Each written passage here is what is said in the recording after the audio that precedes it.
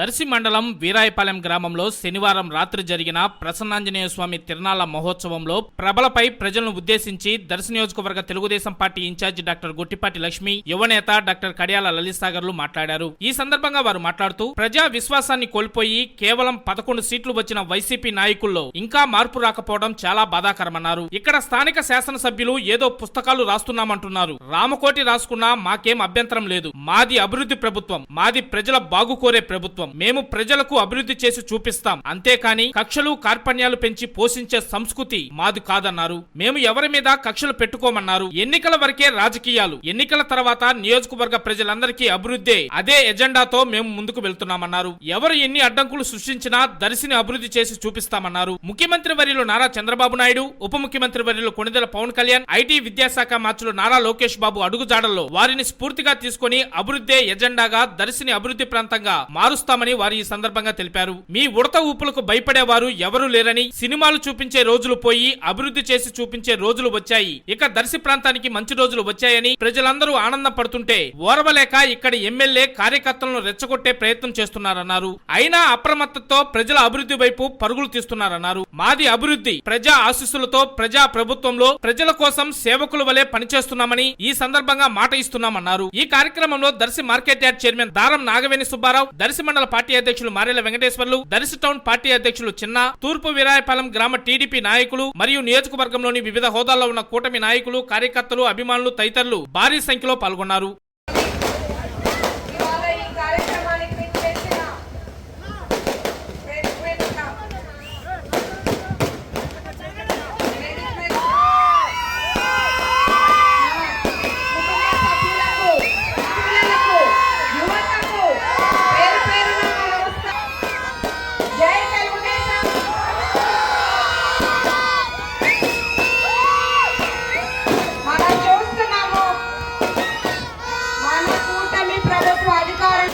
చంద్రబాబు నాయుడు గారు ఎక్కడా కూడా విశ్రాంతి లేకుండా, విరామం లేకుండా ప్రజల వెంట, ప్రజల కోసం ఊరూరు నియోజకవర్గం తిరుగుతున్నారు. సమస్యలు తెలుసుకుంటున్నారు, అవి పరిష్కరించే మార్గాలు చూస్తున్నారు. ఎవరిని ఇబ్బంది పెట్టలేదు. సంక్షేమం ప్రజలకి తప్పనిసరిగా అందాలి. రాజకీయ అందరూ గమనిస్తున్నారు. మేము ఎవరిని ఇబ్బంది పెట్టే మనస్తత్వం కాదు. గొట్టిపాటి కుటుంబం అంటే మాకు ఒక నిబద్ధత ఉంది. 10 రూపాయలైనా మాది జనాలకి, ప్రజలకి పెడతామే తప్ప ప్రజల నుండి మాకు ఒక పైసా కూడా అవసరం లేదు. దేవుడి దయ వల్ల మేము బాగానే ఉన్నాము. ప్రజలకు సహాయం చేయడానికే మేము ముందుకు వచ్చాం, కానీ మాకు ఒక పైసా కూడా ప్రజల సొమ్ము అవసరం లేదు. గ్యాస్ సిలిండర్ ఇస్తున్నాము. రేపు స్కూళ్ళు స్టార్ట్ అయ్యే టైంకి పిల్లలు ఎంత మంది ఉంటే అంతమందికి 15,000 వాళ్ళ తల్లిదండ్రుల అకౌంట్ లో జమ చేసే బాధ్యత కూటమి ప్రభుత్వంది.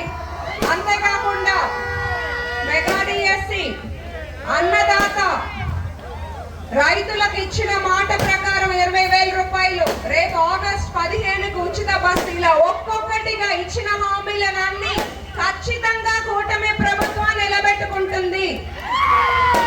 2,000 నుంచి పెన్షన్ 3,000 చేయడానికి వాళ్ళకి 5 ఏళ్లు పట్టింది. వాళ్ళు మాట్లాడుతున్నారు సూపర్ 6 ఎక్కడ అని.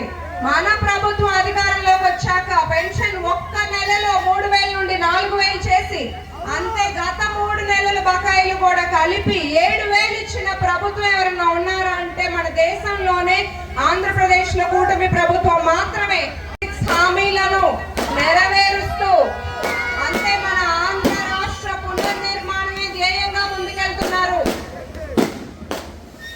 సూపర్ 6 ఇచ్చిన మాట ప్రకారం ఒక్కొక్కటిగా మన రాష్ట్రం ఆర్థిక విధ్వంసంలో ఉన్న, గత 5 ఏళ్లు అధోగతి పాలైన, ఇంతటి సంక్షోభంలో కూడా సంక్షేమం, అభివృద్ధి, సమపాలనలు ఇవ్వగలిగిన ఏకైక వ్యక్తి గౌరవ ముఖ్యమంత్రి చంద్రబాబు నాయుడు గారు. చెప్పారు అని రాసుకుంటున్నాం అంటున్నారు.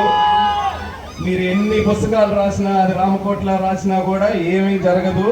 మేము మా పంతాల్లో అభివృద్ధి, అన్ని మండలాలకు అభివృద్ధి అయ్యేలాగా మా పని మేము చేసుకుంటూ వెళ్ళిపోవడం తప్పితే మీలాగా స్టేజీల మీద నిలబడి కక్షలు ప్రేరేపించేలాగా ఏది మాట్లాడడం. ఎలక్షన్ అయిపోయింది, అందరూ ప్రశాంతంగా ప్రజలందరూ ఎవరి పనిలో వాళ్ళు ఉండాలి అని అందరికీ చెప్పాలి. కానీ నేను వచ్చినాక నేను కక్ష తీర్చుకుంటా, మీ తాట తీస్తా, మీ సినిమా చూపిస్తా అంటే అవన్నీ అయిపోయింది. మీ సినిమాలు చూసే ఇప్పుడు 11కి వచ్చేసారు. సో ఎవరు ఏం అధైర్యపడాల్సిన అవసరం లేదు. మన పని మనం చేసుకుంటూ వెళ్దాం, పార్టీని ముందుకు తీసుకెళ్దాం. దానికి మీ అందరి సహకారం అందిస్తారు. గొట్టిపాటి లక్ష్మి గారికి మీ ఆశీస్సులు ఉంటాయని తెలుపుకుంటూ అందరికీ నమస్కారం.